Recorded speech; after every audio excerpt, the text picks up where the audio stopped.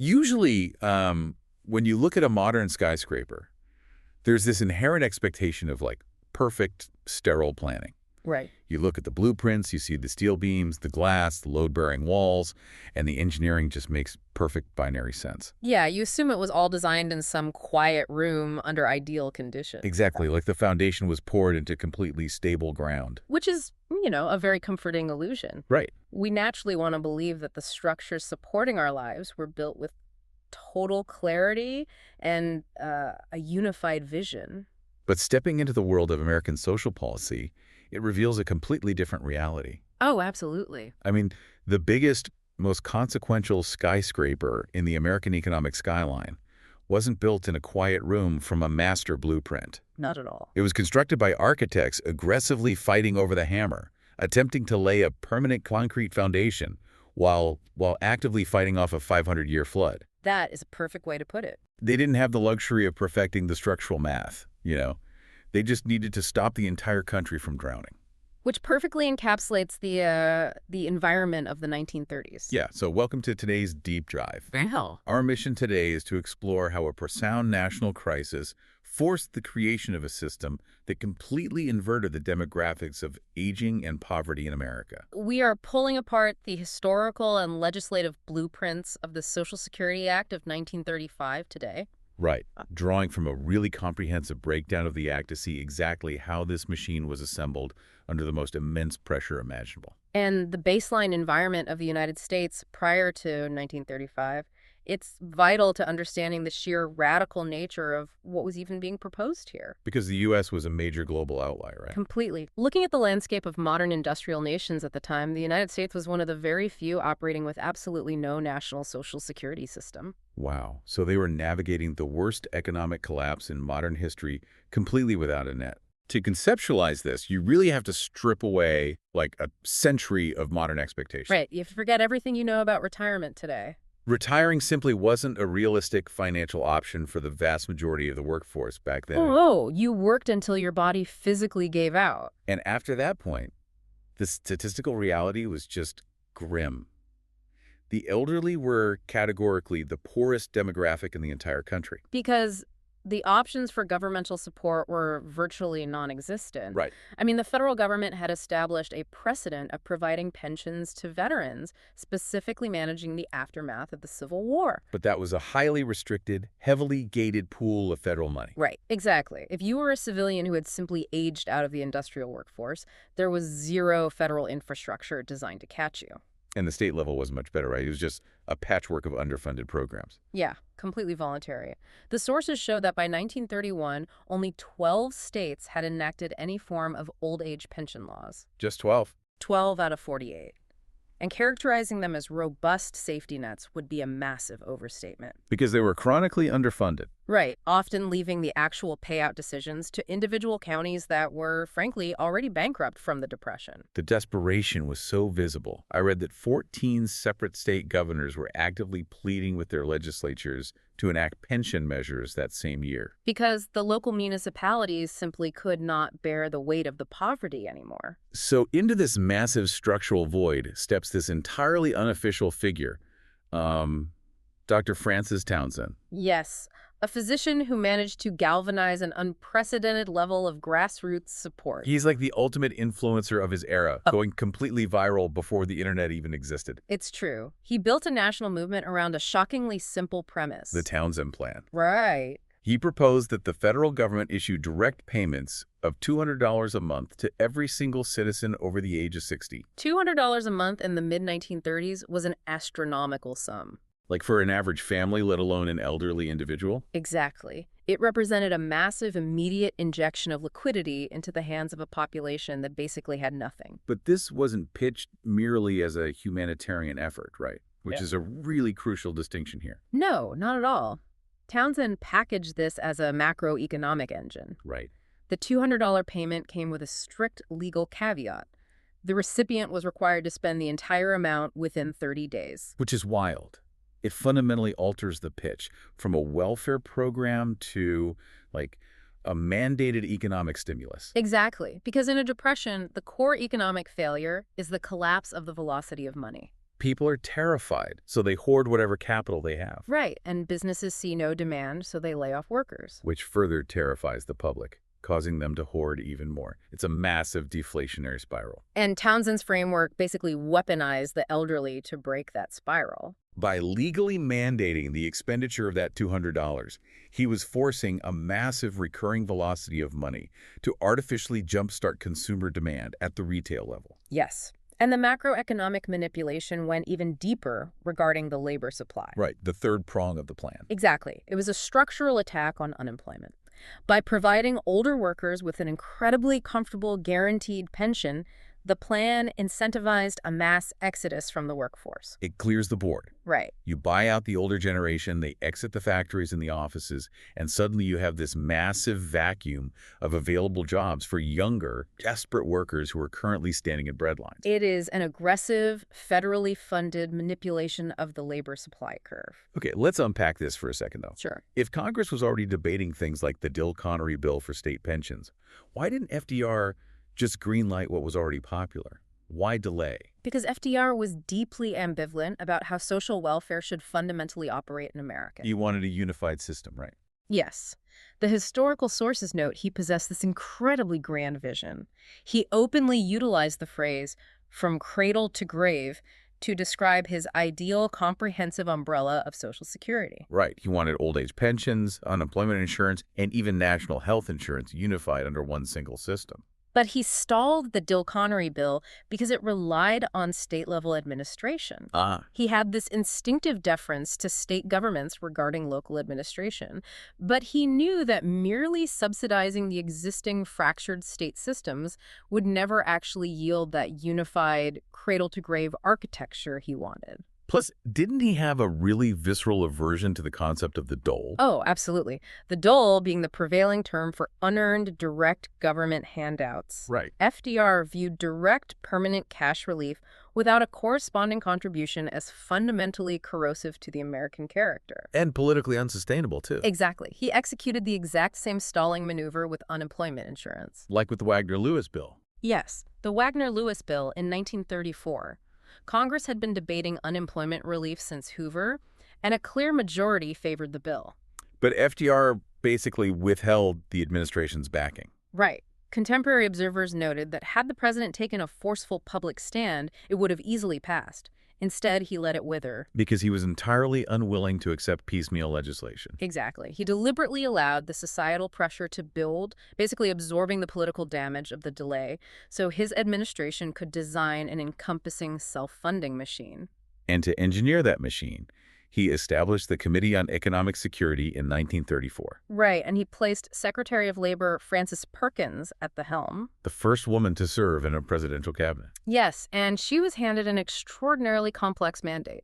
I mean, FDR tasked her committee with simultaneously developing an old age pension program, an unemployment insurance system, and a national health insurance program. All designed to bypass his fear of the dole and somehow survive conservative legal challenges. But that ambition hit a wall pretty fast, didn't it? Yeah. Oh, immediately.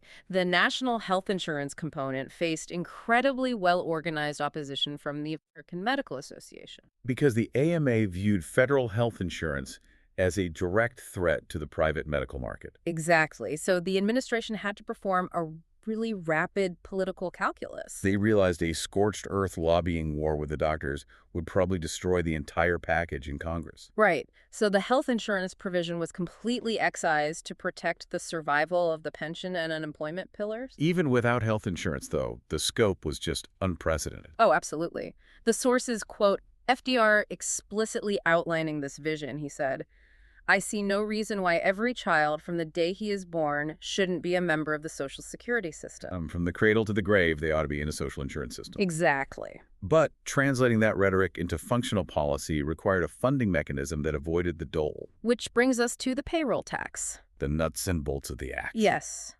The mechanism we now know as FICA, the Federal Insurance Contributions Act. This fundamentally altered the relationship between the citizen and the state. Because it dictated that the system would not be funded by general revenue or income taxes, but by a specific tax levied directly on wages. And split evenly between the employer and the employee. Right. It's just a brilliant piece of psychological and political engineering when you think about it. It really is. By extracting the funds directly from the worker's paycheck, they redefined the benefit. It was no longer a government handout. It was an earned insurance annuity. Yes. The worker was paying premiums during their productive years to guarantee a payout in their retirement. Which makes it politically bulletproof. If a program is framed as welfare, it's constantly vulnerable to budget cuts. But if you convince the public that the government is merely holding their money in a personalized account, then reducing that benefit becomes an act of political self-destruction for any politician. exactly. However, relying strictly on a payroll tax carried profound economic consequences. Because it's a regressive tax. Yes. The sources point out that because FICA is a flat percentage taken only from earned wages up to a certain cap, it extracts a much larger percentage of effective total income from a low-wage worker. Right, compared to a high-wealth individual whose income might be coming from investments or capital gains. Which were completely untouched by the Social Security tax. And because the eventual retirement benefit was tied to the total amount you paid in, the architecture actually prevented any meaningful wealth redistribution. Exactly. If you spent your life working low-wage jobs, you paid a painful percentage of your income into the system, and your resulting benefit was correspondingly small. While a higher earner paid more total dollars in and received a significantly larger monthly benefit upon retirement. Which is a critical distinction when you compare the American system to the social welfare frameworks in Western Europe at the time. Because those were designed to redistribute wealth, right? Right, taxing the wealthy to raise the baseline standard of living for the poor.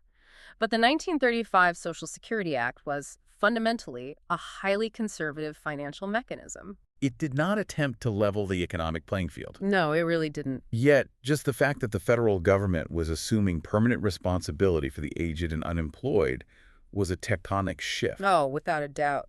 But getting this through Congress in August of 1935 required massive compromises. And the cost of that compromise was paid entirely by marginalized workers. Yeah, let's talk about the exclusions, because the scope of who got left out is staggering. The reality of passing a bill of this magnitude meant that massive critical sectors of the workforce were intentionally severed from that cradle-to-grave promise. The sources detail the specific categories. Agricultural labor, domestic service, and government employees were entirely excluded. Along with massive sections of the professional public sector. Wait, like who? Many teachers, nurses, hospital employees, librarians, and social workers. That's crazy to think about. Those are the backbone of a functioning society. Why exclude them? Well, the justifications varied. It was a blend of actuarial anxiety and hardline political horse trading. How so? The architects preferred targeting traditional industrial and corporate employment because those sectors had centralized payrolls. Oh, making the new FICA tax easier to track and collect. Right. Administratively, the government felt it lacked the infrastructure to track the irregular, often cash-based wages of transient farm workers or domestic servants. And public employees like teachers. They were excluded due to incredibly thorny constitutional questions about the federal government's authority to levy taxes directly against state and local government entities. Okay, that makes sense from an administrative standpoint. But the agricultural and domestic exclusion wasn't just administrative, was it? No, not at all. It was a non-negotiable demand from the Southern Democratic voting bloc. Right. To pass the Senate, FDR needed the Southern senators. And they were deeply invested in maintaining the existing economic hierarchy of the agricultural South. Which relied on a vast pool of cheap, disenfranchised, predominantly minority labor. Exactly. Subjecting agricultural and domestic labor to federal payroll taxes would have required the federal government to actively track and regulate the wages being paid to black workers in the Jim Crow South. And the Southern politicians recognized that federal oversight would disrupt their localized economic control. So they demanded those categories be stripped from the bill entirely. And the resulting racial impact was just devastating. The statistics from the sources are brutal. Because agricultural and domestic work were the primary avenues of employment available to minorities at the time, 65% of the entire African-American workforce was legally excluded from the initial program. 65%. Nearly 2/3 of black workers were locked out. It also excluded 27% of white workers, which highlights the massive gaps in general. Right. But the disproportionate targeting of the minority workforce had profound generational consequences. Because Social Security wasn't just about preventing starvation. It was the foundational wealth-building tool of the mid-20th century. Exactly. If you were included, your family had a concrete economic floor. You could allocate your remaining income differently, take slight economic risks, plan for generational stability. But if you were in the excluded 65%, you were entirely exposed. You had to hoard every penny for survival. Meaning generations of marginalized workers missed out on 2 decades of compounding systemic security before the coverage gaps were meaningfully addressed. Right. And, even with all those compromises, the act was still a massive target for legal challenges. Oh yeah, surviving Congress was just phase 1. They immediately had to prepare for a brutal war in the Supreme Court. To defend the fundamental constitutionality of the whole system. Because Social Security isn't just one thing, right? It's a massive, sprawling operating system of social policy organized into discrete titles. Exactly. It wasn't just a single pension plan. It was a framework designed to run a dozen different welfare applications simultaneously. Like Title established direct relief for the age who are already too old to pay into the system. And Title II was the core engine, the actual federal treasury account for the future old age insurance benefits. Then Title III was unemployment. Title IV was aid to families with dependent children. Basically supporting single mothers. Right. Title V was maternal and child welfare. Title VI expanded public health services. Title VII established the Social Security Board. And Titles VIII and IXX were the financial engines, the FICA tax and the unemployment excise tax. And finally, Title X established support for the blind. It's basically the complete blueprint for a modern social welfare state. It is. But in the legal environment of the 1930s, asserting that the federal government possessed the constitutional authority to unilaterally tax local employers and manage a centralized national retirement fund. That was deeply controversial. Very. Conservative legal scholars argued it was a flagrant violation of states' rights. Which triggered the 1937 Supreme Court showdown. 2 critical cases reached the court at the same time.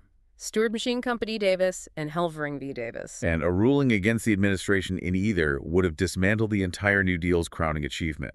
Let's look at Stewart first. The core argument there focused on the unemployment tax in Title IX. The administration had designed a pretty coercive system there, right? Yes. The federal government levied a substantial tax on employers, but offered a massive 90% credit on that tax if the employer was already paying into a state-level unemployment fund that met federal standards. Which conservative justices argued was unconstitutional coercion. Right. Justices Butler, McReynolds, and Sutherland argued the federal government was using punitive tax policy to bully sovereign states into passing specific legislation. But the Supreme Court upheld it in a razor-thin 5-4 decision. They leaned heavily on the concept of the general welfare, basically ruling that the Depression was so extreme that federal intervention wasn't coercion, but a necessary promotion of the nation's general welfare. Then, decided on the exact same day, was Helvering v. Davis. Which was arguably even more consequential because it directly challenged the constitutionality of the old age pension payroll tax. The absolute core of the program. And the legal defense here highlights this fascinating contradiction between how the policy was sold to the public and how it was defended in court. It's quite the paradox. Politically, FDR explicitly pitched FICA as a personal insurance premium. You pay your money into your account, we pay it back. But legally, they knew that tying a specific federal tax to a specific benefit was constitutionally precarious. Exactly. So to survive the Supreme Court, the government's lawyers executed this brilliant, highly technical legal maneuver. What did they argue? They argued that the FICA tax in Title VIII and the old age benefits in Title II were legally completely unrelated. Wait, seriously? Yes. They asserted the payroll tax was merely a standard exercise of Congress's broad constitutional power to levy general taxes. So the revenue generated wasn't legally earmarked for pensions, it just flowed into the general U.S. Treasury. Exactly, just like an alcohol or income tax. And the fact that the tax perfectly matched the benefits paid out was framed as, what, a legislative coincidence. Essentially, yes. And the court accepted this rationale, ruling that the payroll tax was constitutional because the funds were not legally sequestered. That is wild.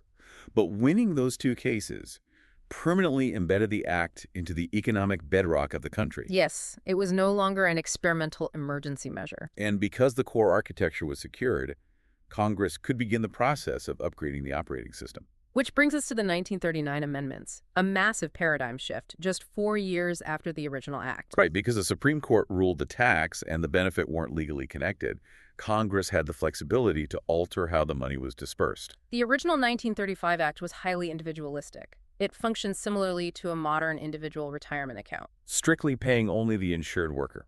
But the 1939 amendments obliterated that framework, shifting the entire system toward a broader, family-centric social safety net. By creating dependent benefits and survivor benefits. Exactly. Now, if a worker retired, their spouse and minor children also became eligible for supplemental monthly payments. Regardless of whether the spouse had ever formally worked or paid into the FICA system. And the survivor benefits were even more crucial for the working class. Because prior to 1939, if a male breadwinner died prematurely, his accumulated contributions were basically meaningless to his family. They were instantly plunged into severe poverty. But the new amendments established regular monthly payments for surviving family members. Widows, widowed mothers caring for children, children under 16, and even dependent parents. It transformed Social Security from a simple retirement annuity into a comprehensive national life insurance policy.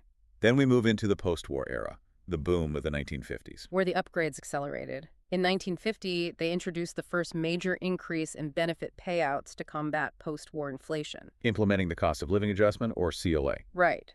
But the 1954 amendments represent a structural overhaul of immense proportions. Because they finally moved to close the massive coverage gaps left in 1935. Exactly. They extended mandatory coverage to approximately 10 million additional people. Bringing in self-employed farmers and professionals. And allowing state and local government employees to join voluntarily.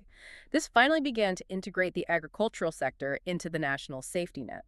To fund that, they increased the maximum annual earnings base subject to FICA. Yes, from $3,600 to $4,200, along with scheduled tax rate increases. But the 1954 amendments also introduced these specific mathematical adjustments that really humanized the rigid formulas. The dropout provision, it's a masterclass in empathetic policy design. Right, because under the original rules, your benefit was calculated on your strict average earnings over your entire working life. Which severely punished any deviation from continuous employment. If you were sick for 3 years, those zero-income years dragged down your lifetime average. Permanently crippling your retirement benefit. But the dropout provision allowed workers to legally exclude up to 5 years of their lowest or zero earnings from the calculation. Acknowledging that human lives are messy and preventing the math from permanently punishing temporary hardship. They compounded that with the disability freeze in the same package. Which protected workers who suffered catastrophic long-term medical issues. If you had a medical impairment that prevented you from working for at least 6 months, your earnings record was frozen. So the zero-income years wouldn't count against you? Right, preserving your eventual retirement payout as if the disability had never occurred. It's just a continuous process of patching the holes. Mm-hmm. And this iterative process really culminated in 1965. Yes. The 1965 amendments represented the construction of an entirely new, massive wing of the skyscraper. Arguably the second most consequential expansion of the safety net in American history. Because they grafted 2 entirely new titles onto the existing architecture, Title 8 and Title 19. By utilizing that legally bulletproof framework, LBJ basically sneaked Francis Perkins's original defeated 1935 dream of national health care through the back door. Exactly. Title 8 established Medicare, providing guaranteed health insurance for the aged and disabled. Directly addressing the fact that medical costs were a primary driver of elderly poverty. And Title 9X established Medicaid, providing federal grants to states for low-income medical assistance across all age brackets. Completing the cradle-to-grave vision. Which leads us to the ultimate analysis of the source material, measuring the final tangible result of this 90-year legislative project. Yeah, let's look at the measurable impact, because the sources provide a comparative data set that reveals a demographic inversion so complete it almost defies comprehension. The legislation literally flipped the script on poverty. If you look at the 1950s, before the massive expansions and healthcare additions really took effect, the baseline reality was stark. People over the age of 65 statistically experience the highest poverty rate of any age group in the United States. Extreme poverty among the elderly was an accepted, visible norm. And the concentration of national wealth reflected that. In the 1950s, the largest percentage of the nation's total wealth was heavily concentrated in the hands of Americans under the age of 35. The young held the capital, the old held the poverty. Fast forward to the data from the 2010s provided in the sources, and we observe a complete dramatic reversal. Right, by 2010, the largest percentage of national wealth is firmly consolidated in the hands of Americans aged 55 to 75. Conversely, Americans under the age of 45 are statistically among the poorest demographics in the country. The system worked exactly as the architects eventually designed it to. It did. By forcibly extracting capital from the working-age population through the FICA tax and redirecting it to the elderly. The Social Security Act methodically moved the concentration of wealth from one end of the human lifespan to the other. Elderly poverty, once an unavoidable epidemic, has been reduced to a statistical rarity. And the sheer financial scale of the machine required to achieve that is staggering. In 1940, the first year regular monthly benefits were issued. Payouts amounted to $35 million. 2 decades later, in 1960, it was $11.2 billion. By 1990, $247.8 billion. And the sources note that in 2009, the Social Security Administration distributed approximately $650 billion to nearly 51 million Americans. It is a financial apparatus of almost incomprehensible magnitude, touching the economic reality of virtually every single family in the nation. Which is exactly why biographer Kenneth S. Davis categorized it as the most important single piece of social legislation in the entirety of American history. The impact is undeniable, but the legacy remains deeply complex. Very complex. We've traced how FDR and Francis Perkins channeled the panic of the Great Depression to engineer this highly structured bureaucracy. How government lawyers maneuvered to survive the Supreme Court. How the formulas were rewritten to protect families and accommodate disability. But the blueprints also permanently bear the scars of the environment in which they were drawn. Yes. The system achieved massive success, but the deliberate exclusion of minority and agricultural workers from the foundational decades severely stunted the accumulation of generational wealth for millions, creating economic ripples that are still totally visible today. The architecture wasn't perfect, but it fundamentally altered the baseline of American survival. So, to you, the listener, the next time you look at your pay stub and register that FICA deduction, that specific line item silently reducing your take-home pay, recognize that you aren't merely looking at a standard tax. You are looking at a direct, unbroken financial tether. You are actively participating in a continuous 90-year economic mechanism connecting your current labor directly to the panic of the Great Depression, to Francis Perkins, and to a colossal machine meticulously designed to ensure that growing old in America doesn't automatically mean growing poor. Which leaves us with a profound structural question regarding the current state of that demographic inversion. Right. We analyzed the data showing how the act systematically extracted wealth from the young and transferred it to the elderly, completely reversing the poverty dynamics. It decisively solved the specific crisis it was originally built for. But analyzing that exact same modern data with the under 45 demographic now statistically positioned among the poorest. Has the machine perhaps worked too well? Exactly. If Francis Perkins were resurrected to chair a new Committee on Economic Security today, surveying a landscape where the elderly hold the vast majority of the capital and the young are economically drowning. What demographic would she be actively trying to save now? Are we just standing in the middle of a new hurricane arguing over a different set of blueprints? It is a fascinating lens through which to view modern economic policy. Thank you so much for joining us on this deep dive into the architecture of the Social Security Act. We will see you next time.